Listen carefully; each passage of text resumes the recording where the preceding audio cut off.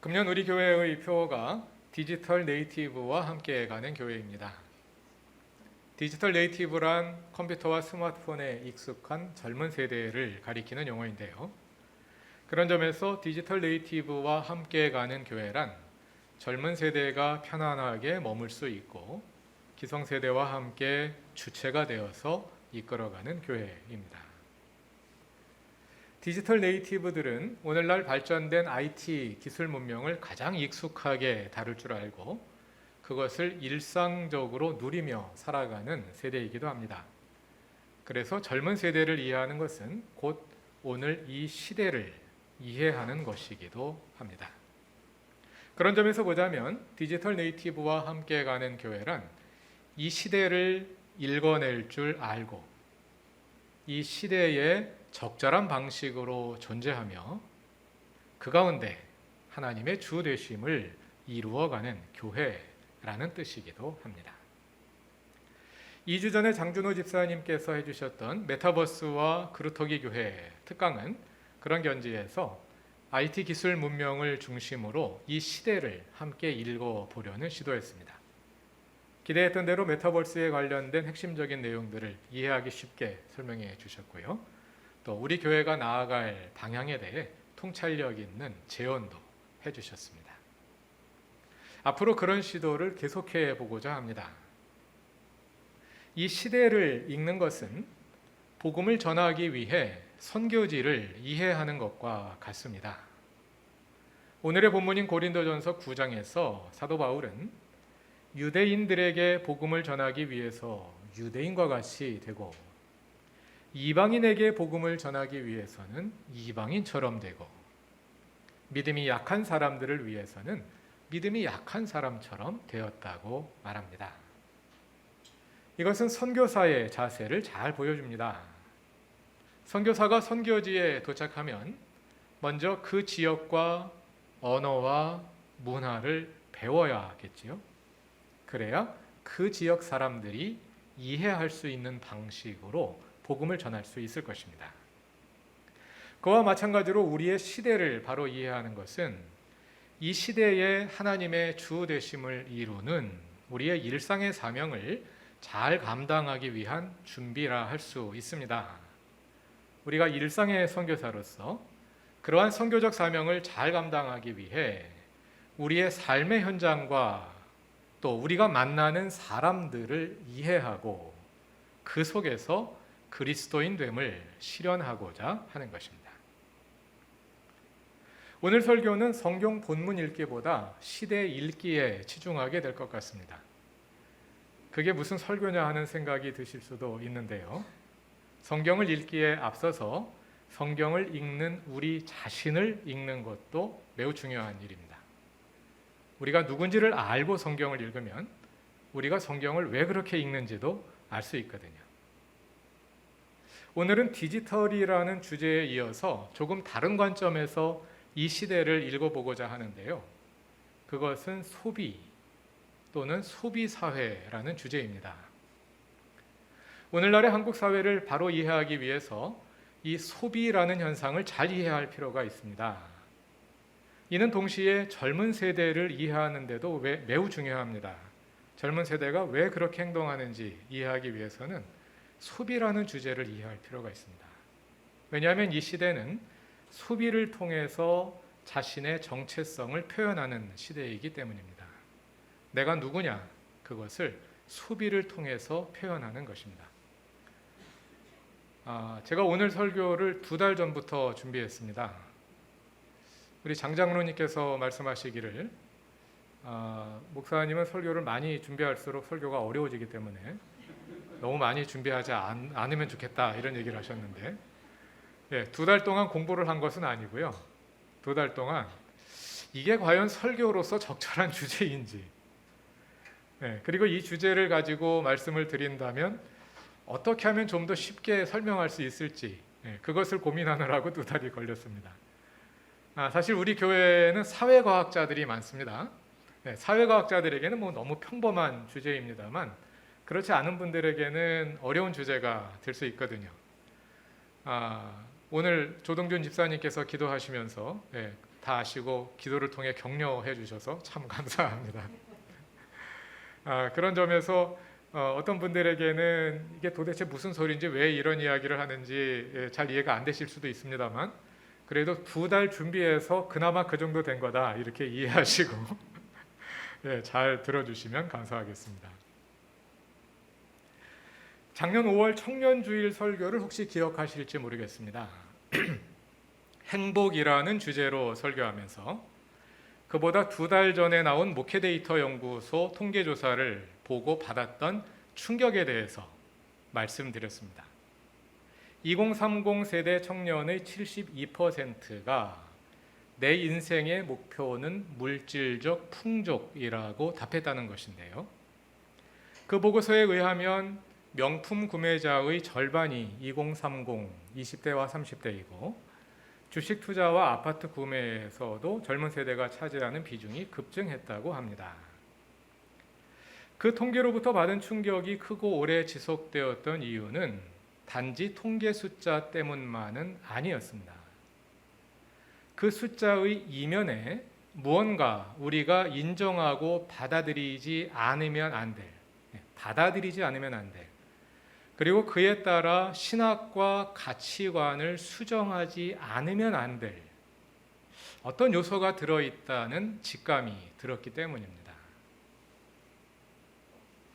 그 보고서는 청년들의 그러한 성향을 물질주의로 규정했습니다. 그러한 평가를 따르자면 대한민국의 청년들이 이미 물질주의에 넘어가 버렸다고 생각할 수밖에 없게 되는데요.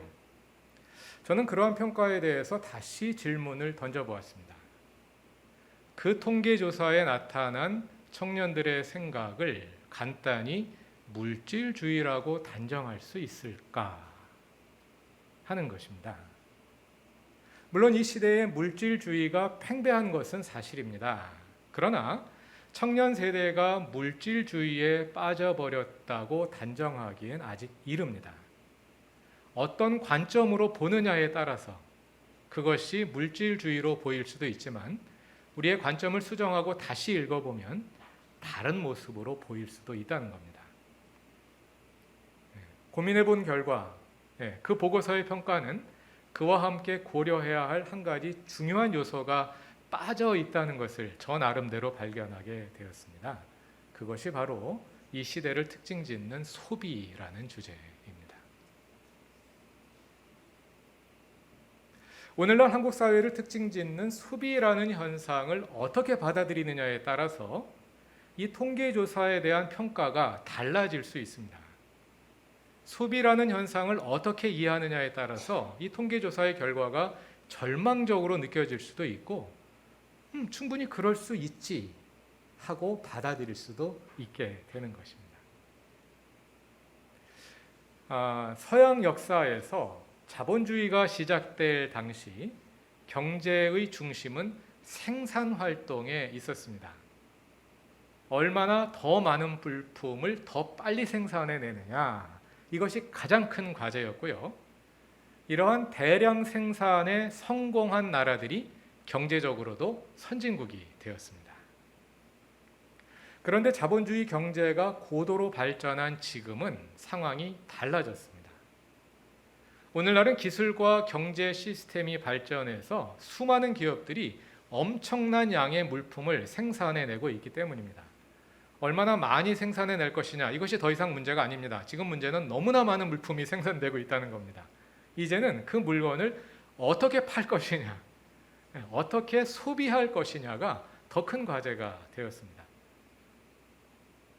이렇게 소비가 경제의 중심이 된 오늘날의 자본주의를 가리켜서 소비자본주의라고 부릅니다. 이 분야의 대표적인 사상가가 프랑스의 철학가이며 사회학자였던 장 보들리아르인데요.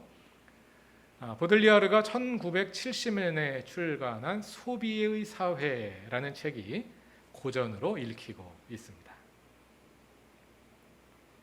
소비자본주의 사회에서 기업들은 물건을 더 많이 팔기 위해서 경쟁합니다.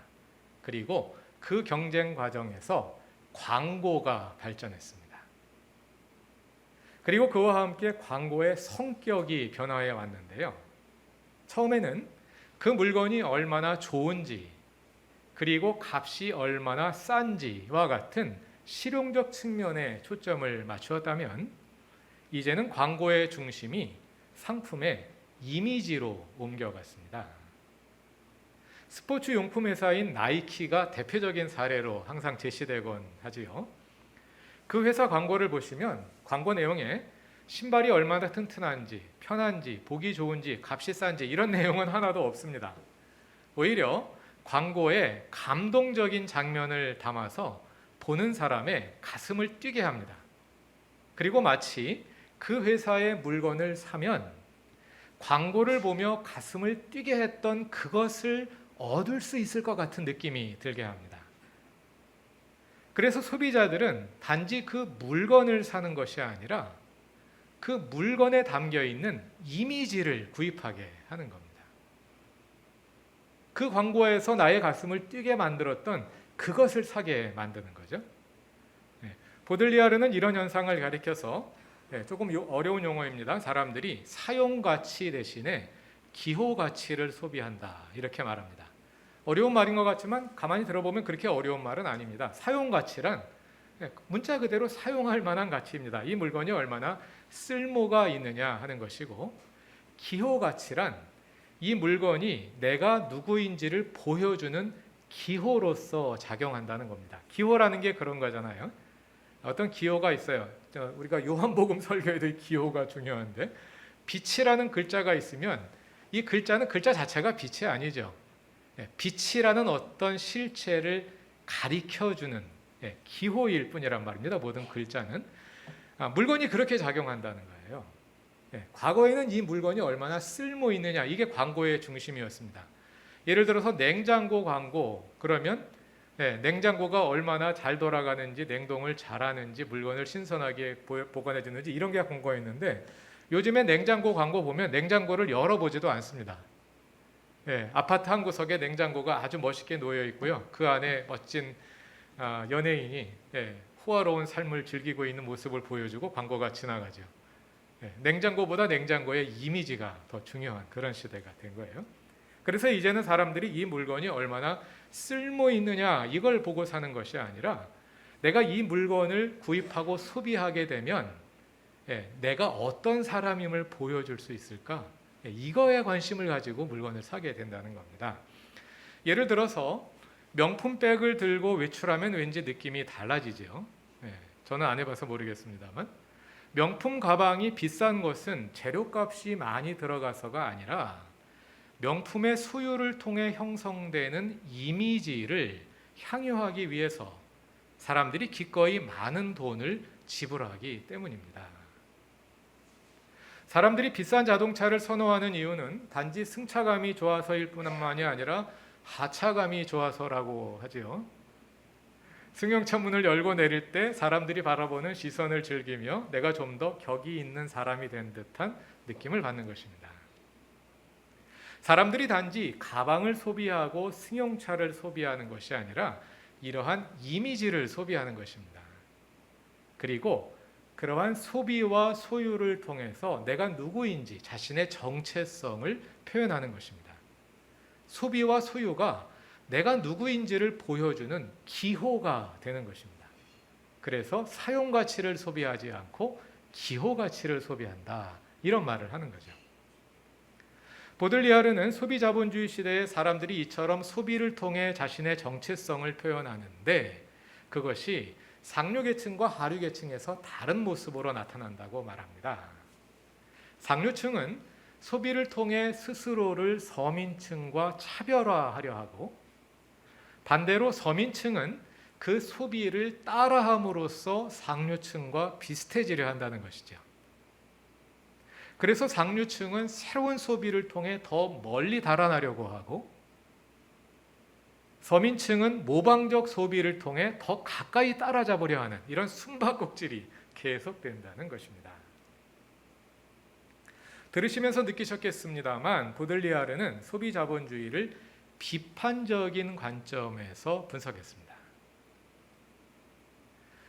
사실 이 소비에 대한 비판적 태도는 인류가 오랫동안 함께 가져온 그러한 태도입니다. 이것은 보수와 진보가 동일합니다.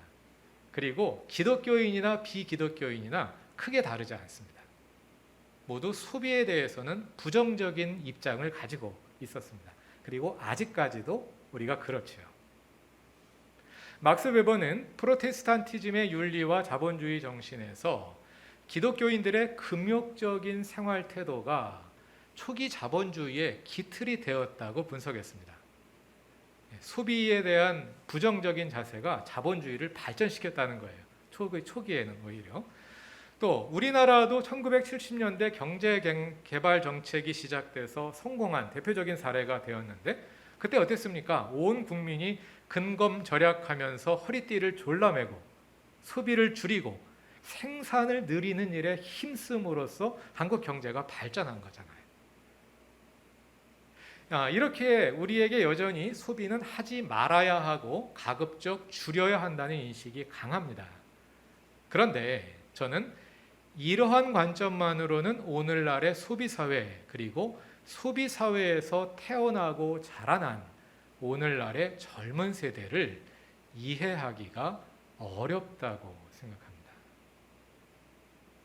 한국이 소비자본주의 시대에 접어든 것은 1990년대 이후라고 합니다. 그리고 IMF를 겪으면서 본격화된 것 같습니다. 지금의 2030 세대, 20, 30대는 이 소비자본주의 시대에 태어나서 그 분위기 속에서 자라났습니다. 청년 세대가 태어나서 처음 경험한 세상은 소비를 미덕으로 여기고 있었고 사람들은 내가 누구인지를 소비를 통해 확인하고 있었습니다. 그것을 보며 자라났기 때문에 젊은이들에게는 소비가 삶의 방식이 되었습니다. 이거는 좋으냐 나쁘냐 옳으냐 그르냐의 문제가 아니라 모든 사람들이 그렇게 살고 있는 시대에 태어나서 그렇게 살도록 교육받아 왔다는 겁니다. 이것에 대해서 긍정적인 입장도 부정적인 입장도 가질 수 있지만 그러나 그에 앞서서 그것이 젊은 세대가 지금까지 처해 있었던 현실이다. 일단 그거를 받아들이지 않으면 그 다음에 더 이상 이야기가 어려워진다는 거죠. 그래서 젊은 세대는 여러 가지 물건들을 구입하는 데 필요한 정보를 많이 가지고 있습니다. 예를 들어서 컴퓨터를 잘 사고 싶으면 청년들에게 물어보는 것이 좋습니다. 똑같은 스마트폰을 구입하더라도 그냥 통신사에서 할부로 구입하지 않고 그거를 공기계를 따로 구입해서 그것도 할인을 받아 카드 할인을 받아서 구입해서 다시 알뜰폰 프로그램에 가입해서 쓰면 더 싸게 살 수 있는데 저는 하라 그래도 복잡해서 잘 못하거든요. 젊은 세대들은 그런 것들을 잘합니다. 물건을 사는데 기성세대보다 오히려 더 뛰어납니다. 또 청년 세대는 사용 가치보다 기호 가치가 우선하는 시대에 태어나고 자랐기 때문에 소비를 통해 정체성을 표현하는 데 익숙합니다. 어른들은 싸고 좋아서 사지만 젊은이들은 물건을 구입하고 사용하는 그 일 자체에 의미를 부여합니다. 똑같은 제품도 어느 회사의 제품을 사느냐 이 선택에 내가 누구냐의 문제가 관련이 되어 있다는 거예요. 자, 그런데 소비하기 위해서는 돈이 필요하죠. 일에서 벌든 투자에서 벌든 상속을 받든 돈이 있어야 소비를 하겠죠. 그러니까 젊은이들이 물질적인 풍족을 추구하는 것은 너무 당연한 일이 아니냐 하는 거예요. 소비를 통해서 내가 누구인지를 실현하는데 소비하려면 돈이 있어야 하니까 당연히 물질적인 풍족을 추구할 수밖에 없는 거죠. 기성세대도 물질적인 풍족을 추구하고 젊은 세대도 물질적인 풍족을 추구하는데 그런 점에서는 같지만 왜 그런지 이유가 좀 다르다는 겁니다. 다시 목회데이터 연구소의 통계조사로 돌아가 봅시다. 그 통계조사를 다시 읽어보았습니다. 그랬더니 질문이 이거더라고요. 다음 질문에 그렇다 또는 아니다로 답하라. 그렇다 아니다로만 답하면 됩니다. 물질적으로 풍족해지는 것이 내 인생의 가장 중요한 목표 중 하나다. 그것만이 내 인생의 중요한 목표다 이렇게 물은 것이 아니고요. 물질적으로 풍족해지는 것이 내 인생의 가장 중요한 목표 중 하나다. 두 번째 질문은 더 많은 것을 구매할 수 있는 경제적 여유가 생긴다면 나는 더 행복해질 것이다. 여러분은 어떻게 대답하겠습니까? 나 같아도 그렇다고 대답할 것 같아요. 2030 세대의 70%가 두 질문에 그렇다고 답한 것이 그리 놀랄 만한 일은 아니다. 자신을 실현하기 위해서는 소비해야 하고 소비하려면 돈이 필요하니까요. 그러므로 이 통계조사라는 보고서는 한국의 청년들이 물질주의의 위험에 깊이 노출되어 있음을 보여줍니다. 그것은 사실이죠. 물질주의에 빠질 수 있는 그 위험에 노출되어 있는 것은 사실입니다. 그러나 청년들이 이미 물질주의에 빠져버렸다고 단정할 수준은 아니라는 겁니다. 단지 청년 세대가 기성 세대보다 더 이른 나이에 물질의 중요성을 터득했을 뿐입니다. 왜 그럴까요? 젊은 세대는 일을 통해서 자기를 실현하는 시대에, 우리 기성 세대는 일을 통해서 자기를 실현하는 시대에 태어나고 자란 거예요. 어떤 일을 하느냐, 무엇을 하느냐, 생산을 통해서 자기를 실현하는 시대에 태어났기 때문에 소비를 좀 덜 하더라도 그것이 나의 정체성과 큰 문제가 없었습니다. 그래서 소비에 대한 관심이 적었던 거예요. 그런데 젊은 세대는 소비를 통해서 자기를 표현하는 시대에 태어났단 말이죠. 그러니까 물질의 중요성을 더 빨리 터득하는 게 너무 당연한 거죠. 소비해야 하니까. 그러니까 이것을 단지 비판적으로만 청년들이 물질주의에 빠져버렸다 이렇게 읽을 문제는 아니다. 어찌 보면 너무 당연한 일이 일어나고 있는 거다 하고 읽어야 하지 않느냐 하는 겁니다. 그러므로 이제 우리의 과제는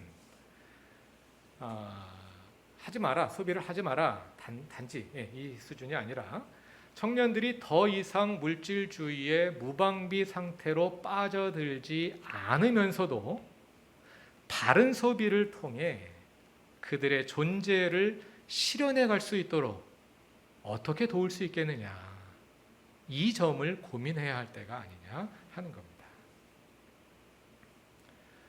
아마 기성세대의 입장에서는 이해하기가 어려울 수 있습니다. 저도 마찬가지입니다. 저도 사실은 지난해 말을 겪으면서 생각이 바뀌었습니다. 그 전까지는 소비에 대해서 굉장히 부정적인, 소비 그 자체에 대한 부정적인 입장을 가지고 있다가 이 문제를 가지고 고민하면서 생각이 바뀌었습니다. 바뀐 생각을 이야기하는 겁니다. 왜 이렇게 어려우냐 하면 서양에서 자본주의가 시작된 것을 16세기경으로 봅니다. 18세기에 산업혁명이 일어나서 생산력이 극도로 발전했고요. 20세기 후반에 이르러서 소비자본주의가 시작되었습니다. 그러니까 서양에서 자본주의가 시작되고 그것이 소비자본주의로 발전해 가는데 대략 400년이 걸렸고요. 산업혁명으로부터 시작해도 200년 정도가 걸렸습니다. 그런데 한국에서는 그게 굉장히 빨리 일어났어요. 한국의 자본주의가 시작된 것은 불과 100여 년 전의 일입니다. 개헌과 함께 시작되었다고 보니까요. 그리고 1970년대 본격적인 경제개발이 시작된 것도 불과 50년 전의 일입니다. 그러니까 서양에서는 수백 년에 걸쳐 일어난 일이 한국에서는 기성세대의 한 사람의 일생 동안에 다 일어나 버린 거예요. 그러니까 기성세대의 입장에서 청년들이 잘 이해되지 않을 수밖에 없죠. 왜냐하면 수백 년 걸쳐 일어난 일이 내 생애 안에 다 일어나 버렸으니까. 비유하자면요, 우리는 지금 18세기 산업혁명 이전에 살던 사람이 타임머신을 타고 200년을 건너뛰어서 21세기에 와 있는 것과 같습니다. 모든 기성세대의 처지가 그런 거예요. 산업혁명보다 조금 일찍 태어난 사람 가운데 모차르트가 있습니다. 산업혁명이 1760년경에 시작됐다고 그러고 모차르트가 1700년 되기 조금 전에 죽었거든요.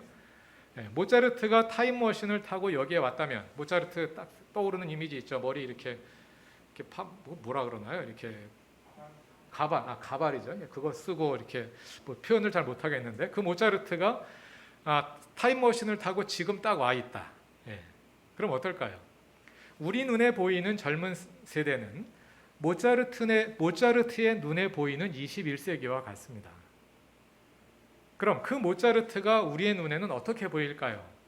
예, 지금 젊은 세대의 눈에는 기성세대가 모차르트처럼 보일 겁니다.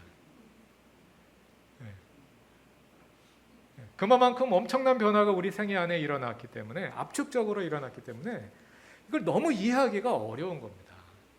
너무 이해하기 어려운데 기성세대 입장에서 보면 젊은 세대가 너무 이해하기가 난해한 존재들이고, 젊은 세대에서 입장에서 볼 때는 웬 모차르트가 와가지고 우리가 옳다 그러다 이야기하고 있는 듯한 그런 느낌을 받게 된다는 것입니다. 자, 그래서 그렇다면 우리는 이 소비에 대해서 어떤 태도를 가져야 할까요? 이거 굉장히 신앙적으로 중요한 문제 아닙니까? 어떤 태도를 가져야 할까요?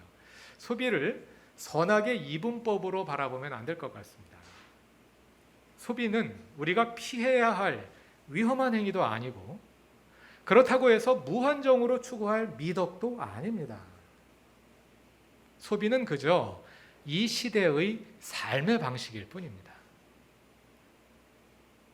그러므로 소비에 대한 질문은 단지 소비를 해야 하느냐 말아야 하느냐, 또는 소비를 늘려야 하느냐 줄여야 하느냐, 그것도 중요한 질문이겠습니다만 거기서 그쳐서는 안 되고, 어떤 소비를 해야 하느냐, 소비를 어떻게 해야 하느냐, 이렇게 질문이 바뀌어야 합니다.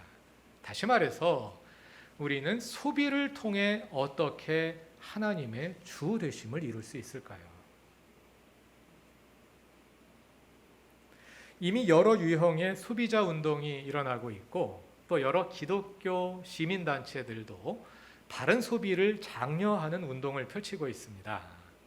이것은 비윤리적인 제품이나 그러한 기업의 제품을 구매하거나 이용하지 않기, 또 윤리적인 상품이나 그러한 기업을 적극적으로 구매하기, 그리고 그 기업이 윤리적인지 비윤리적인지 알기 위해서 기업과 제품을 철저하게 조사하기, 그리고 단지 물건을 사고 안 사는 것에서 그치지 않고 생산 판매자와 적극적으로 소통하기, 이런 것들을 소비자 운동으로 이미 많은 사람들이 진행을 하고 있습니다.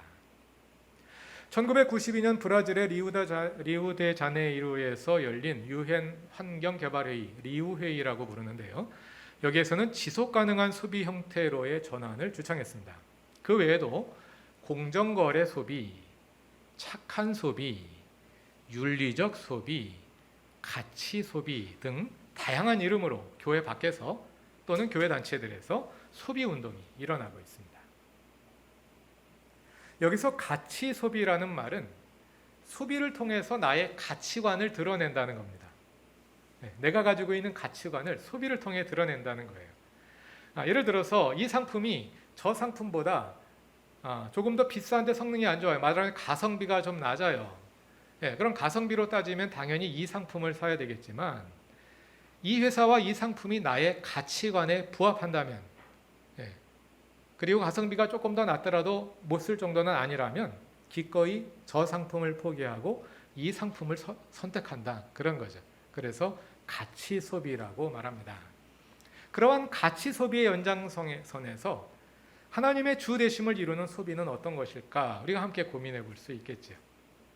우리가 어떤 제품을 구입함으로써 하나님의 주 되심에 더 가까이 다가갈 수 있을까? 이런 질문을 예를 들자면 던져볼 수 있을 것입니다.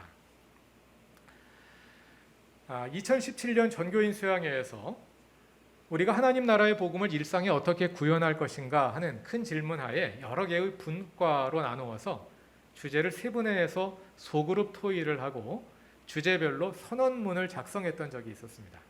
그 가운데 소비라는 주제가 포함되어 있었습니다. 여기 계신 분들 가운데 그 조에 속했던 분들이 있으신데요. 소비 주제로 토의하셨던 그룹은 우리의 소비 사례들을 긍정적인 유형과 부정적인 유형으로 분류하고 그 결과를 한마디로 요약해서 마음 불편한 소비를 하지 말자, 이런 표어로 정리하셨습니다. 시작일 뿐입니다. 이러한 시도들이 좋은 출발이 될 수 있을 것으로 생각됩니다. 우리 가운데 이러한 논의들이 계속되고 심화되어서 이 시대를 바로 읽어낼 수 있는 세밀한 시각을 형성할 수 있으면 좋겠습니다. 땅의 변화를 읽어낼 수 있는 하늘의 지혜가 더욱 필요한 때입니다. 주님과 친밀한 사귐 가운데 우리 자신을 변화시켜가며 이 시대를 잘 읽어내고 적절히 대응하여 소비를 포함한 우리의 일상에 하나님의 주 되심을 이루어가는 그루터기 교회의 사랑하는 모든 교우들이 되시길 바랍니다. 다 같이 기도드리겠습니다. 하나님, 급변하는 시대를 살아가고 있습니다. 너무 빨리 변하다 보니 따라잡기도 어렵고 이 시대를 이해하기도 어렵습니다. 우리에게 하늘의 지혜를 주셔서 땅의 변화를 잘 읽어내게 하소서. 그래서 이 시대에 우리가 그리스도인으로 존재하며 각자에게 주신 일상의 사명을 그리고 그루터기 교회에 주시는 새로운 사명을 잘 감당해낼 수 있게 하소서. 예수님의 이름으로 기도드립니다. 아멘.